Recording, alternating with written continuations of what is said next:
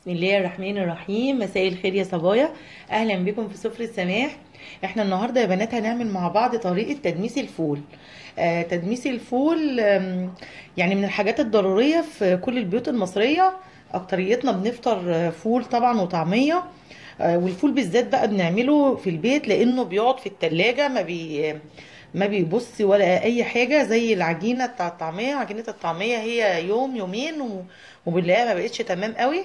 انما الفول بيقعد معانا ان شاء الله هتعمليه وتقعديه شهر في الفريزر، وبيقعد اسبوع في التلاجة مش بيجراله حاجه.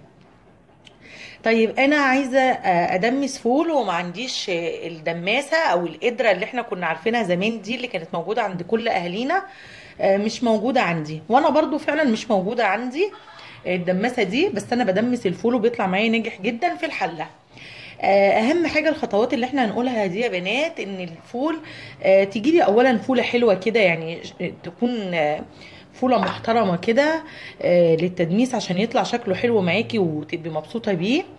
وبتنقعيه يوم او يومين. لازم الفول بتاع التدميس يتنقع يا بنات علشان خاطر ما ياخدش وقت معاكي، وكمان ما يكرمش كده ونلاقيه زي اللي بنجيبه بره مهري كده وحلو جدا.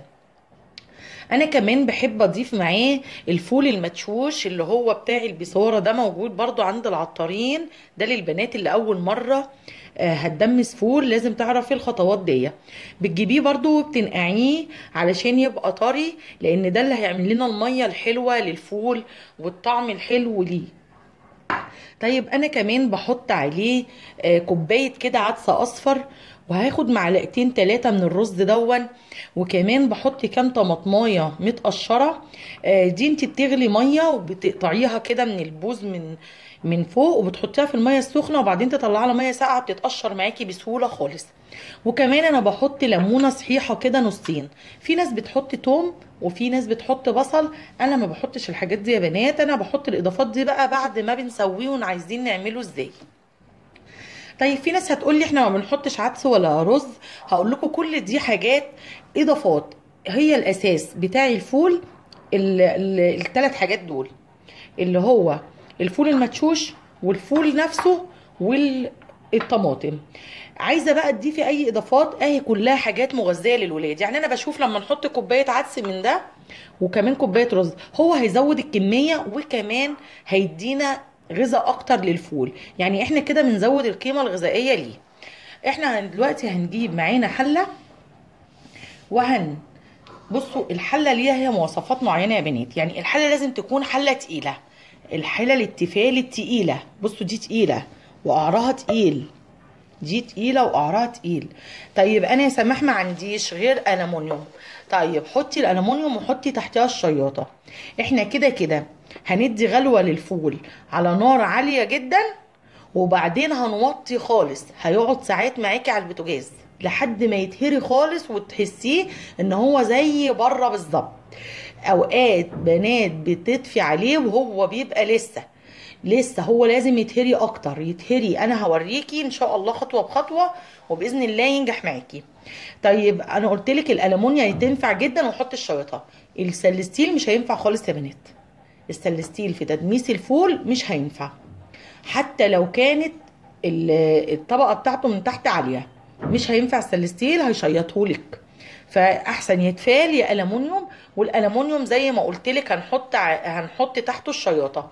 طيب لو انا عندي القدره بقى ممتازه، في قدره تفال دلوقتي وفي قدره كمان الالومنيا هي معموله اصلا للفول. احنا هنحط مع بعض الفول اللي احنا نقعينه ده. بصوا يا بنات لازم يبقى ده شكله كده، شايفين؟ منقوع كويس ومغسول كويس يعني ما شاء الله. وكمان هحط عليه الفول المدشوش اللي معانا ده. كل الحاجات اللي معانا دي احنا هنحطها على بعض دلوقتي. وهحط الطماطم دي اللي انا زي ما بقول لكم غليها لها ميه ومقشراها. وهحط كمان العدس. طبعا تغسلي كل الحاجات دي، عدس مغسول. وزي ما قلت لك العدس والرز ده على حسب رغبتك انتي. حطي الليمونه، وهنجيب معلقه ونحط 3 معالق من الرز بس. اهي يا بنات كل الاضافات في الحله. هناخد 3 معالق من بتاعه الاكل دي رز، هيعمل لك ليه ميه حلوه وظريفه جدا اهو. بصوا بقى التكنيك اللي جاي ده مهم جدا. الميه الاولانيه للفول هنحطها ساقعه من الحنفيه، ساقعه عاديه خالص. طيب الفول بعد كده هنعوز نزوده لانه هينشف وهنبقى عايزين على طول نزوده. الميه اللي هيزود بيها الفول لازم تكون سخنه، لازم، مفيش اختيارات. يعني كانت زمان امي الله يرحمها بتدمس القدره كده وتحط فيها كوبايه ميه مليانه ميه، كان كل ما يتشرب الفول تزود من الميه اللي فوق القدره دي.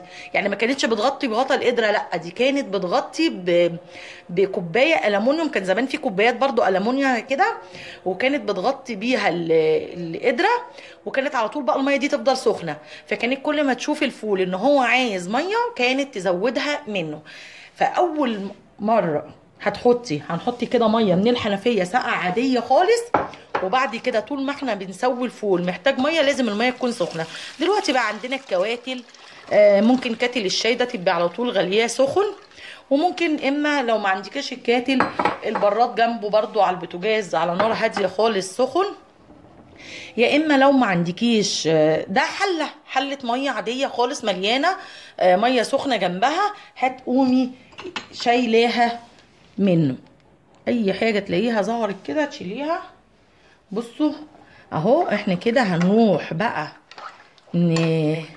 نحط الفول بتاعنا والحاجات دي على النار. وزي ما قلت لك اول مره الميه بارده، بعدين هنزود شويه بشويه ميه سخنه. انا ما قلتش الكميات يا بنات. ليه بقى ما قلتش الكميات؟ لان انت وراحتك. انا هقول لك كمياتي دي وانتي وراحتك. في حد ممكن يدمس لشهر، في حد بيدمس لاسبوعين، انا بدمس لاسبوع واحد. الكميه دي ده نص كيلو فول، عليه ربع كيلو فول مدشوش، عليه كوبايه عدس اصفر، عليه 3 معالق رز. هو ده المقادير، وانا هكتبها لكم ان شاء الله في صندوق الوصف. هنروح دلوقتي نحط ده على النار ونتابعه.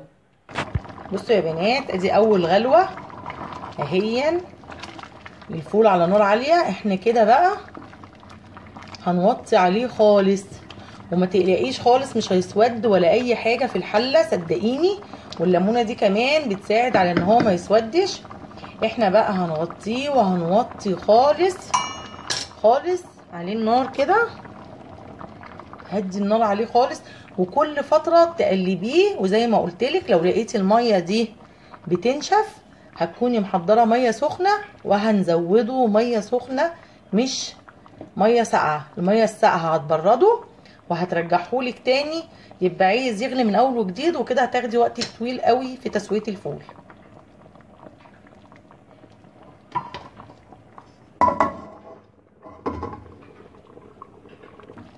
شايفين يا بنات بقى الفول ابتدى يتشرب ازاي الميه. احنا بقى في الوقت ده تكون انتي الغلايه فيها ميه بتغلي، او حله على النار زي ما قلتلك فيها ميه سخنه، وتزودي كل ما ينشف معاكي كده وتحسي ان هو بينشف تزودي شويه ميه، لان هو لسه بدري لسه بدري. هيقعد معاكي ممكن 4 ساعات على نار هاديه خالص. خلي بالك لسه بدري، فكل ما الميه ما هتنشف تزوديها، بس لازم ميه سخنه بس كده. وهنغطي لحد ما هيوصل معانا للمرحله اللي انا هوريها لك بعد كده.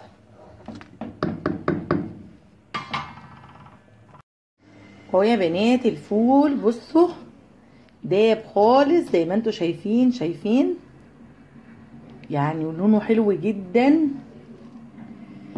اهو. وخلاص كده ما شاء الله. تعرفي ازاي بقى؟ لما تلاقي كل حاجه بقت ساحت خالص، ما بقاش ليها اي اثر في الفول. يعني لما تلاقي الفول المدشوش والعدس والرز وكل حاجه مش باينه كده، اعرفي ان هو كده استوى بقى تمام. احنا بقى هنشيله دلوقتي من على النار. يا بنات الفول بعد ما خلص انا انصحكم ان انتوا تعملوه في البيت انضف واحسن. اديكي شايفه اللون فاتح ازاي من غير دماسه ولا حاجه. عملناه في الحله. انا هقرب لك الكاميرا دلوقتي وهتشوفيه تحفه والله. كمان لسه انا ولا حطينا عليه زيت ولا ملحناه ولا اي حاجه. بصوا شايفين فاتح جدا انت هتصبري عليه لحد ما كل الحاجات اللي احنا حطيناها فيه دي تدوب خالص. خلي بالك هو بيقعد على النار مش اقل من 5 ساعات. اول غلوة على نار عالية، وبعد كده بنوطي خالص وبنفضل نزود له مية سخنة لحد ما كل الحاجات بتدوب وبيبقى طري خالص. انا هوريك ازاي هو طري دلوقتي. شايفين يا بنات؟ بصوا الفول، بصوا عامل ازاي، بصوا بصوا جماله ولونه وحلاوته. يعني انا انصحكم ان انتوا تعملوا الحاجات دي لاولادكم في البيت، بالذات الفول. الحاجه مبقتش رخيصه والمطاعم بقت غاليه جدا. دي نصيحتي، ان انتوا تعملوا الفول في البيت. انا ما بقيتش اشتري حاجه من بره والله، انا بقيت كل حاجه اعملها في بيتي. وهو سهل جدا، انت هتعملي للاسبوع وممكن اللي بتشتغل تعمله للشهر كمان. لو هتقعديه اسبوع هتحطيه في علبه عادي خالص في التلاجة وتاخدي منها كل يوم اللي انت عايزاه. ولو هتعمليه بالشهر هتحطيه في اكياس في الفريزر وهتطلعي كل يوم الكيس اللي انت عايزاه وتعمليه. طبعا احنا لسه ده مش مملحينه ولا حاطين عليه زيت ولا اي حاجه. انا بس حبيت اوريهولكم واوريكم ان تدميس الفول في البيت سهل جدا، وكمان في الحله وما بيسودش اهو. عشان في ناس بتقول ان في الحله بيسود، ما بيسودش. الليمونه اللي احنا حطيناها فيه دي بتحافظ على لونه وبتخليه ما يسودش. ودي يا بنات كانت وصفتي للفول النهارده. يا رب تكون الوصفه كانت سهله وبسيطه وعجبتكم. ولو عجبتكم يا ريت تعملوا لي لايك وشير واشتراك في القناه.